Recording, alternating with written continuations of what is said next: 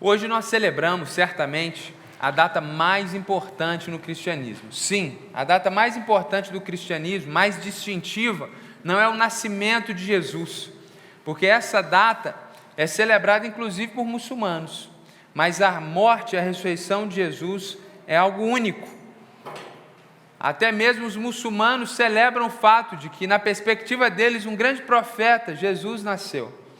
Mas a morte e a ressurreição de Jesus é celebrada somente por cristãos, por aqueles que reconhecem o senhorio de Jesus. É interessante que até as pessoas que não têm fé alguma não tenham dificuldade com a possibilidade de um Jesus histórico que tenha nascido em alguma data e essa data ser rememorada 25 de dezembro. Mas eles acham um absurdo nós falarmos que esse Jesus morreu e ao terceiro dia ressuscitou. Então há uma tolerância com a data da natividade, mas há um constrangimento e um embaraço para quem não crê a respeito da ressurreição do Senhor. E devido à importância desse dia, tanto a pregação que se seguirá agora quanto a noite nos auxiliará a compreendermos o que é a Páscoa. Nós queremos falar nessa manhã e à noite sobre o significado da Páscoa. Certamente para alguns que são novos na fé, ou para alguém que esteja aqui hoje conosco, nos visitando, será algo novo, uma novidade, você poderá aprender coisas novas. E para aqueles que já conhecem a respeito disso, não se sinta desencorajado, mas eu tenho certeza que relembrar essas verdades será motivo de alegria e regozijo para o seu coração, ao mesmo tempo que é uma forma de instrumentalizar você para que você possa explicar para outros o que aconteceu no dia de hoje, e não somente mandar um feliz Páscoa esvaziado de significado. Para falarmos sobre o significado da Páscoa, nós queremos começar nessa manhã expondo um texto do Antigo Testamento, onde nós vamos ver sobre a primeira Páscoa que aconteceu na história, a primeira vez que as pessoas celebraram a Páscoa. E à noite, se Deus permitir, nós vamos ver quando Jesus celebrou e cumpriu a última Páscoa. Então, para isso, eu queria te convidar a abrir a sua Bíblia no livro de Êxodo, capítulo 12.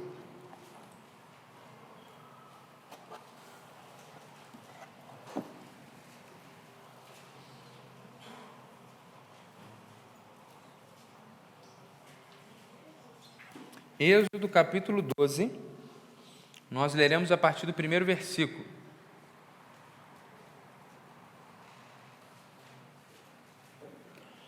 O Senhor disse a Moisés e a Arão na terra do Egito: este mês será para vocês o principal dos meses, será o primeiro mês do ano. Falem a toda a congregação de Israel, dizendo: no dia 10 deste mês, cada um tomará para si um cordeiro, segundo a casa dos pais, um cordeiro para cada família. Mas se a família for pequena para um cordeiro, então o chefe da família convidará o seu vizinho mais próximo, conforme o número de pessoas, conforme o que cada um puder comer. Por aí vocês calcularão quantos serão necessários para o cordeiro. O cordeiro será sem defeito, macho de 1 ano, podendo também um cabrito. Vocês guardarão o cordeiro até o 14º dia deste mês, e todo o ajuntamento da congregação de Israel o matará no crepúsculo da tarde.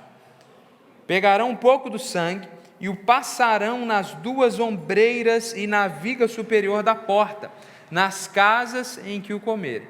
Naquela noite comerão a carne assada no fogo, com pães sem fermento e ervas amargas.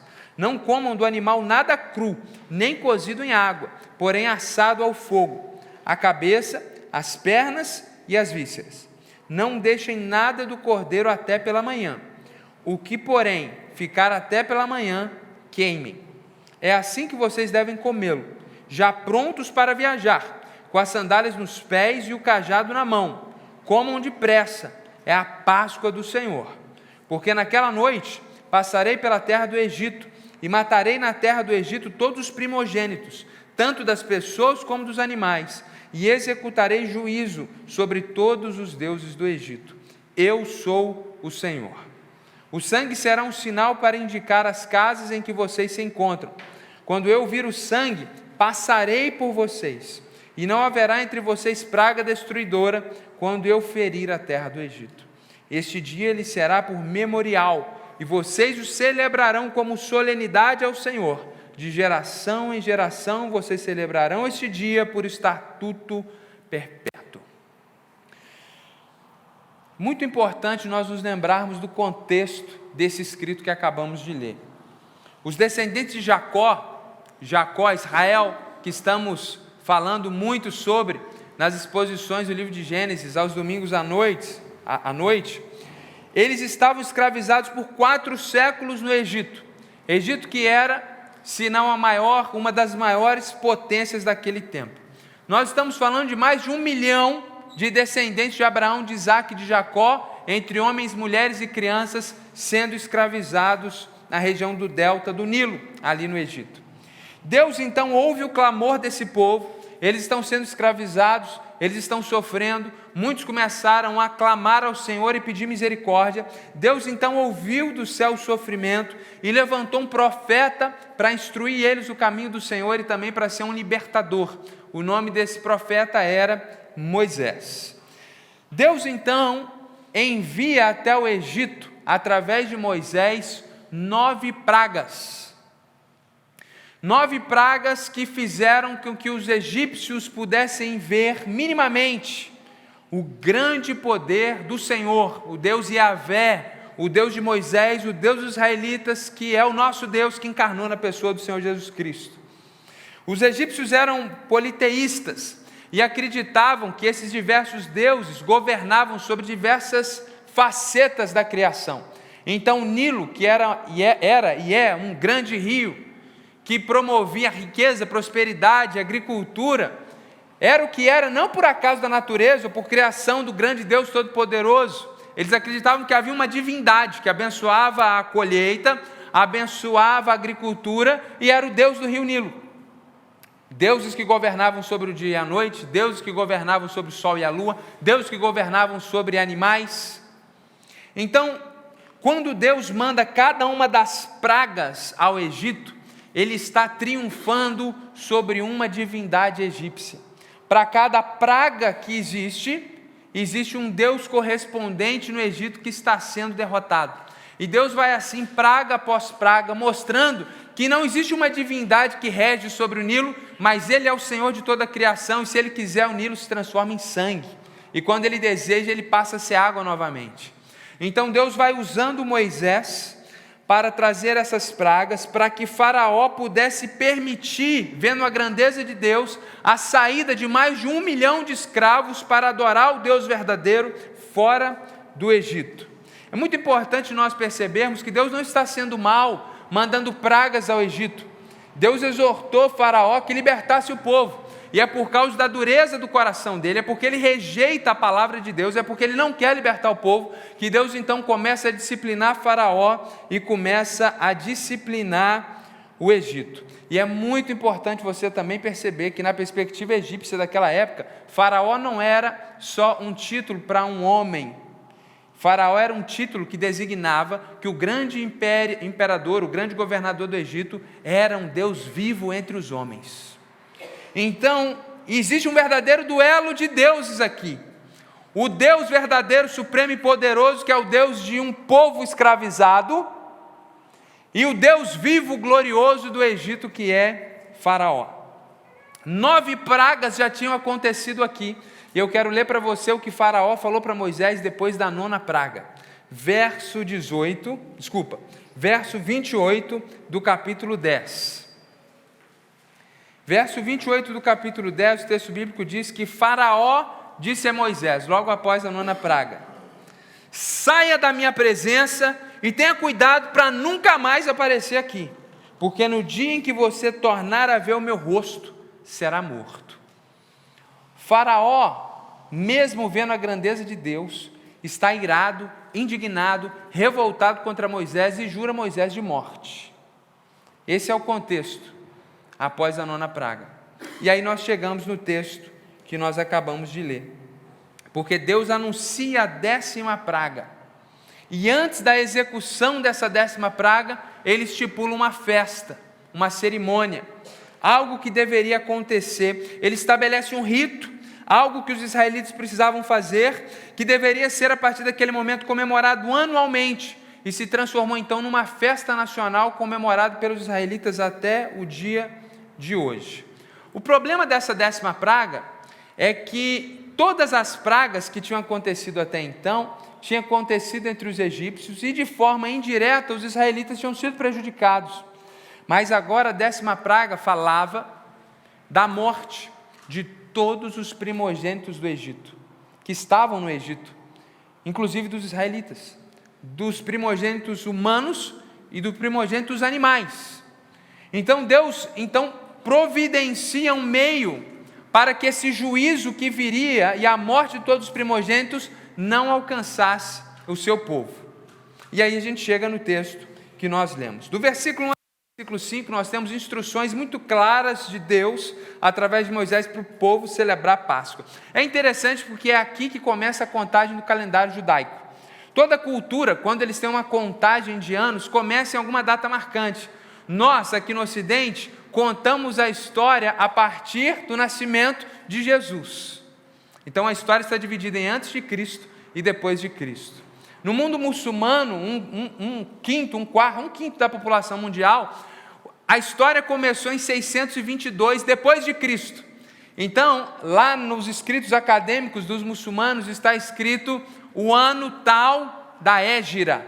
Hégira é o ano que Maomé sai de Meca e vai para Medina.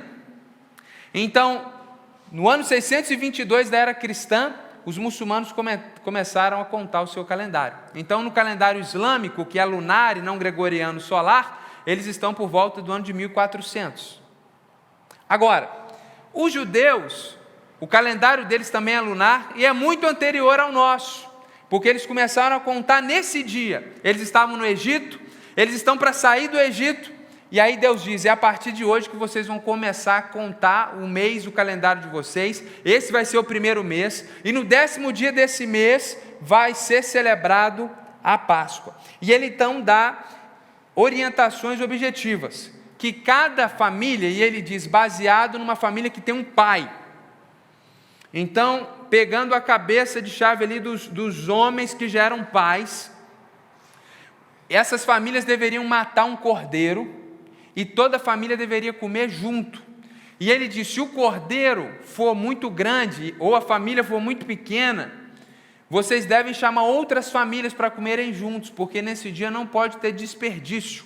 Tudo tem que ser comido até o nascer do sol. Então eles poderiam começar a comer 8, 9, 10 da noite, porque o animal seria morto no crepúsculo, até todo o preparo, até ficar assado.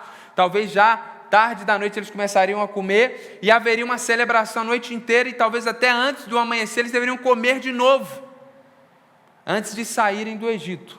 Deveriam comer inclusive preparados, com roupa, com cajado, com sandália, porque estava chegando a hora de sair do Egito.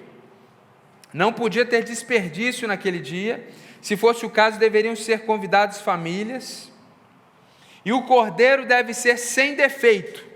Não pode ser um cordeiro manco, doente, um macho de 1 ano, e poderia ser até um cabrito no lugar do cordeiro.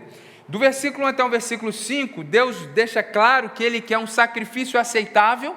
Não pode ser qualquer cordeiro, pode até ser um cabrito, mas um macho de 1 ano. E Deus também deixa claro que essa festividade tinha que ser celebrada em comunidade, não era algo que cada famíliazinha nuclear deveria celebrar, mas era uma festa comunitária, e era algo tão sagrado que não poderia haver desperdício. Se de manhã tivesse cordeiro sobrando, e o planejamento não foi tão bom, eles deveriam queimar aquela carne, mas não poderia se levar nada para a viagem, mostrando quão sagrado era o que estava acontecendo, e não era uma refeição comum. A partir do verso 6, vem perspectivas, instruções mais claras para a execução da Páscoa, e não para a preparação, como a gente estava vendo até aqui. Então ele fala que o animal deveria ser pego no 10º dia, ele fica guardado, sendo preparado vivo por 4 dias, no 14º dia todos os israelitas se juntam, todos os homens, no crepúsculo, no fim da tarde, matam o animal. Eles devem pegar um pouco desse sangue e passar nos umbrais da porta. Aqui ele até usa uma declaração mais objetiva, né? Nas 2 ombreiras e na viga superior da porta, ou seja, em toda a porta eles deveriam aspergir, passar ali aquele sangue. Naquela noite devem comer a carne assada no fogo, e diz também que eles deveriam comer pão sem fermento. A ideia é que eles levassem para o resto da vida a lembrança de que Deus libertou eles do Egito de forma tão poderosa e rápida, que não deu tempo do pão fermentar o suficiente e eles comerem aquele pão fermentado. Então a ideia do pão sem fermento é que eles se lembrassem de quão rápido e poderoso foi o agir de Deus para que rápido eles saíssem do Egito. E ele diz também que eles deveriam comer com ervas amargas. Então, se fosse aqui no Brasil, talvez o Senhor diria: come ali o cordeiro com almeirão margoso, como se diz aqui em Minas Gerais, aquela erva verde amarga, para que vocês se lembrem que antes de vocês serem livres do Egito, vocês viviam amargura e sofrimento na escravidão. E o texto bíblico diz também que o animal não poderia ser comido cru, não deveria sobrar nada. E o verso 11, o texto testifica mais uma vez que eles devem comê-lo prontos para viajar, e devem comer depressa. E ele diz, é a Páscoa do Senhor. Então aqui, do verso 6 até o verso 11, mais uma vez fica evidente que a morte dos animais é coletiva, ou seja, é uma festa celebrada de forma comunitária, é algo coletivo. Aqui fica evidente o poder do sangue do animal nos umbrais da porta, para que quando o juízo de Deus viesse, não viesse sobre onde estava marcado com aquele sangue. O pão sem fermento para se lembrar a saída rápida do Egito, e as ervas amargas para se lembrarem sempre como que sofreram durante 400 anos lá no Egito. E Deus diz então, essa é a Páscoa do Senhor. Ele dá o nome, esse vai ser o nome da festa. A festa vai se chamar Páscoa. Quem estipulou o nome dessa festa foi o próprio Deus. E aí, do verso 12 até o verso 13, ele vai trazer o motivo pelo qual a Páscoa precisa ser celebrada. E aí o texto começa a ficar mais profundo. Ele diz: naquela noite passarei pela terra do Egito e matarei na terra do Egito todos os primogênitos, tanto das pessoas como dos animais, e executarei juízo sobre todos os deuses do Egito. Eu sou o Senhor. O sangue será um sinal para indicar as casas em que vocês se encontram. Quando eu vir o sangue, passarei por vocês, e não haverá entre vocês praga destruidora, quando eu ferir a terra do Egito. Então Deus diz: eu vou passar na terra do Egito, e onde eu passar, que tiver um primogênito, eu vou matar. Como juízo de Deus, por causa do pecado. Mas onde eu ver o sangue na porta, nessa casa, eu vou passar por cima. Eu não vou entrar, e ali não haverá morte. Por isso a necessidade do sangue. Por isso a necessidade do animal macho de 1 ano que morre no lugar das pessoas que estavam dentro da casa que estava marcada com o sangue. Agora tem uma coisa muito interessante aqui, porque no verso 12, o texto bíblico diz que um dos motivos da Páscoa é a celebração da passagem de Deus pela terra do Egito para trazer juízo sobre os deuses do Egito e sobre aqueles que não temem ao Senhor.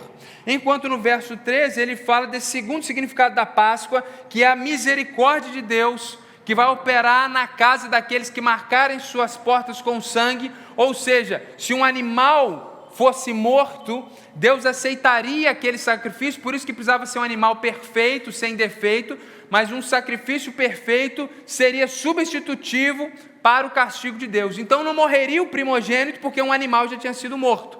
Essa é a ideia. E aqui há algo muito interessante, irmãos, porque no verso 12, o texto bíblico diz que Deus falou: passarei pela terra do Egito. Essa palavra passarei significa que Deus ia passar por dentro e atravessando. É como alguém que passa por cima de alguma coisa, sobre alguma coisa, pisando e destruindo. É uma palavra que muitas vezes até é traduzida como marchar em cima de algo, cruzar sobre. Então, essa palavra, ela traz esse sentido de que Deus vai passar com juízo, passar por cima. Então, é uma palavra que indica uma passagem de juízo de Deus sobre o Egito. Agora, o interessante disso é que aqui tem uma poesia muito bonita que a gente perde aqui no português, porque aqui no hebraico, a palavrinha passar é a mesma palavra que dá origem à expressão hebreu, Eber. Da onde vem o nome Eber, da onde vem o nome hebreu, é tudo a mesma palavra. Então, Deus está dizendo, assim como vocês hebreus estavam aí de passagem no Egito, eu também vou passar. Só que a passagem de vocês foi marcada por sofrimento, e vocês estavam sofrendo aí. Então agora eu vou passar para trazer juízo sobre esse povo que tem oprimido vocês. Então, as pessoas que ouviram isso na língua original ficaram muito tocadas, porque Deus usa aqui um verbo de passagem que é similar, que faz eles se lembrarem deles mesmos, porque eles eram conhecidos como povo hebreu. E a palavra hebreu, inclusive, se a gente fosse traduzir, ela significa isso, aquele que vem do outro lado, aquele que está de passagem, ou estrangeiro. Então, assim como o povo hebreu estava no Egito por um tempo, agora Deus vai ser um hebreu no meio deles, trazendo juízo para libertar o seu povo.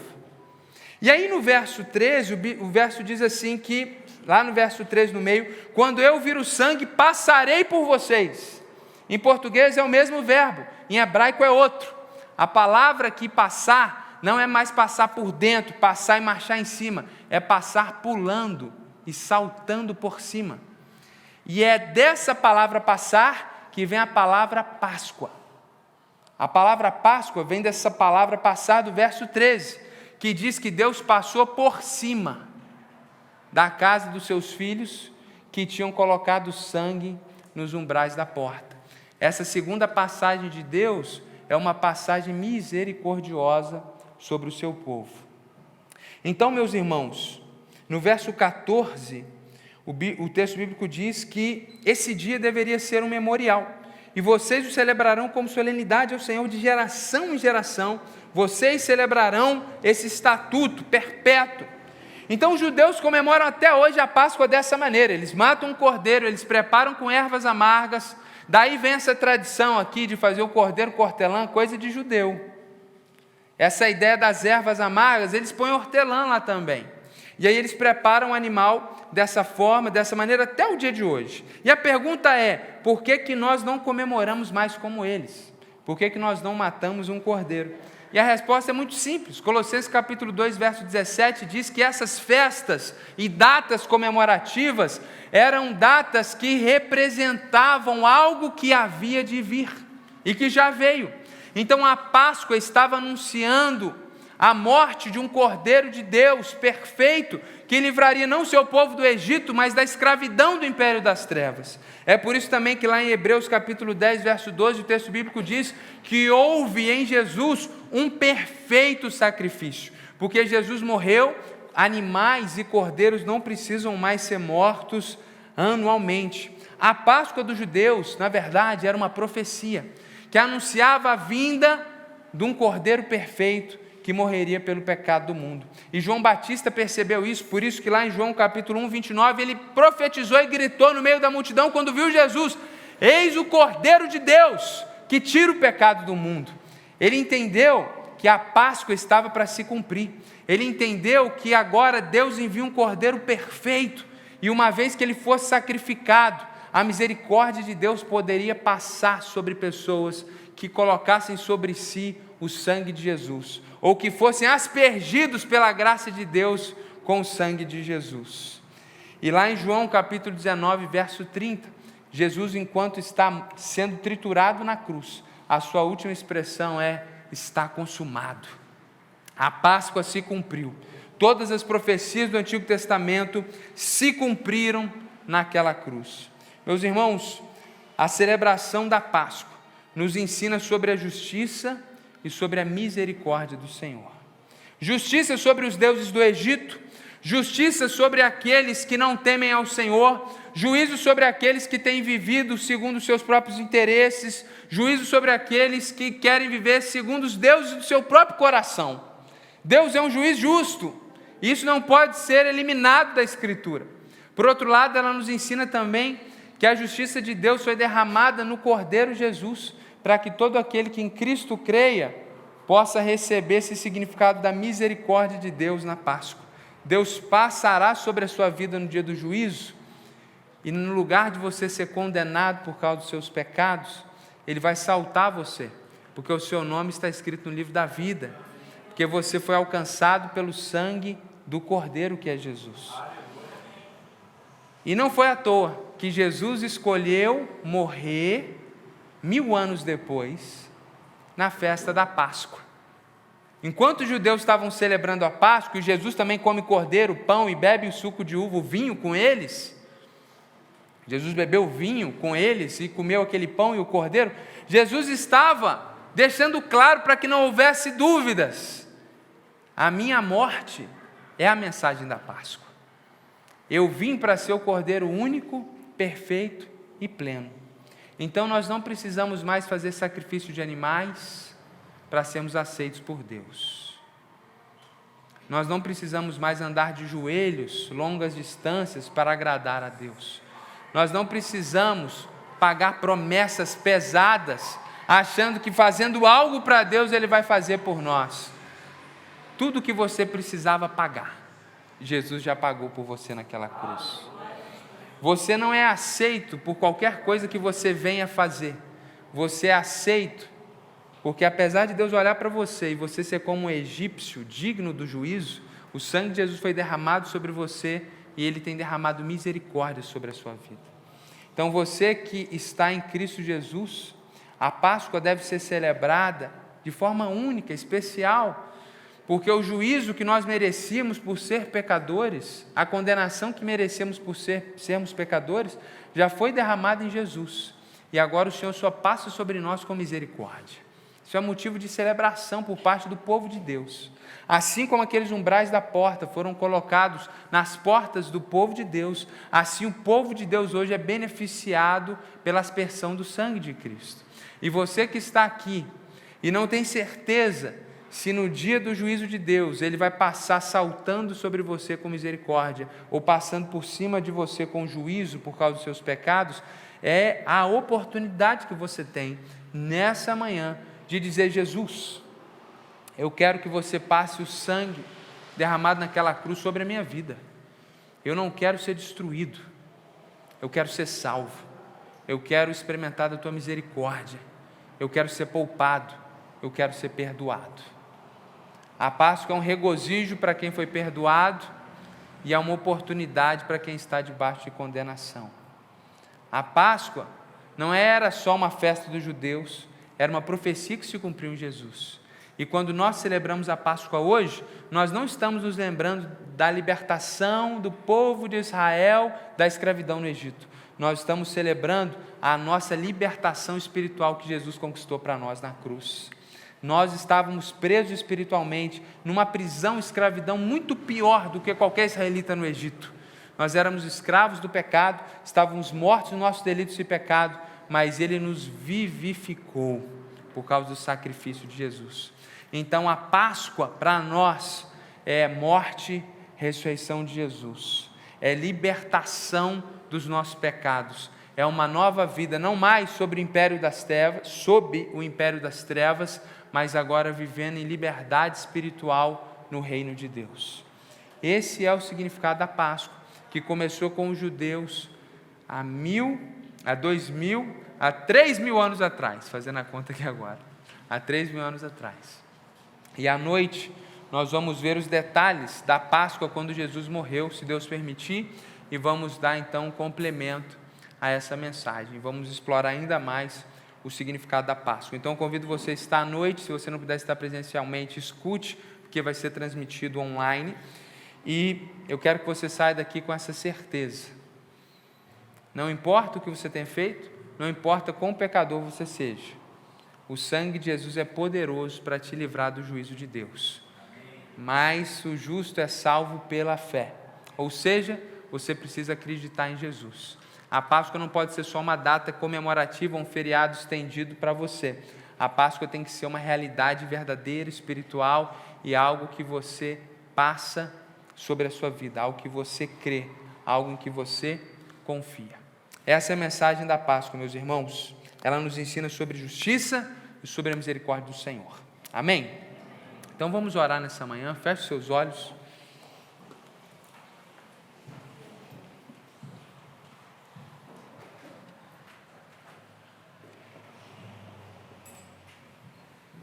Senhor, eu quero te glorificar mais uma vez, porque o Senhor livrou o teu povo da escravidão do Egito, milhares de anos atrás, e agora o Senhor também nos libertou do império das trevas. Nós somos livres pelo sangue de Jesus. Muito obrigado, porque nós não precisamos mais imolar cordeiros, porque o Senhor Jesus foi o único e perfeito sacrifício por todos nós, de uma vez por todas e para sempre. Nós te agradecemos porque o Senhor nos libertou. Muito obrigado porque somos livres e oramos para que, se existe aqui alguém, um adolescente, adulto, um homem, mulher, alguém cuja Páscoa é só algo na memória, algo na cultura, algo na sociedade, é só um feriado, e ela ouve aqui nessa manhã sobre o verdadeiro sentido da Páscoa, e ela entende que Jesus é o cumprimento da Páscoa. Ele é esse sacrifício perfeito, que morre não só para uma pessoa, mas por um grupo, dentro de uma coletividade, dentro de uma comunidade. Que essas ervas amargas representam a nossa vida de amargura no pecado.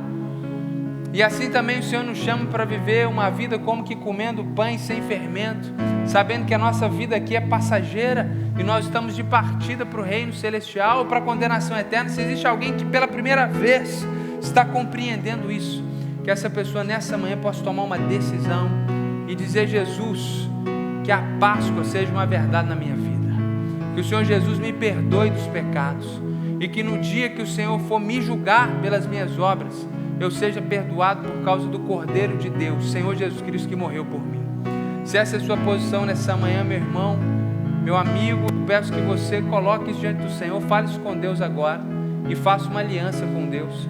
Entregue sua vida a Cristo, peça perdão pelos seus pecados. Deus quer te dar uma nova aliança, uma nova vida, uma nova oportunidade, uma vida verdadeira e abundante, mas você precisa reconhecer os seus pecados. Não endureça o seu coração como Faraó, mas faça como o povo de Deus no deserto, como o povo de Deus, como o povo israelita ali, que aceitou o sacrifício do Senhor por eles. Ó Deus, muito obrigado por esse dia, muito obrigado por essa manhã maravilhosa que tivemos aqui diante do Senhor. Dê uma tarde para o seu povo feliz, alegre, e que em nome de Jesus à noite o Senhor traga pessoas para ouvir do teu evangelho. Use os nossos irmãos que vão estar cantando e celebrando para nos auxiliarem a louvar o Senhor, e pessoas também sejam trazidas a esse local pelo teu Espírito, e aqui o teu nome seja adorado no nosso meio, Senhor.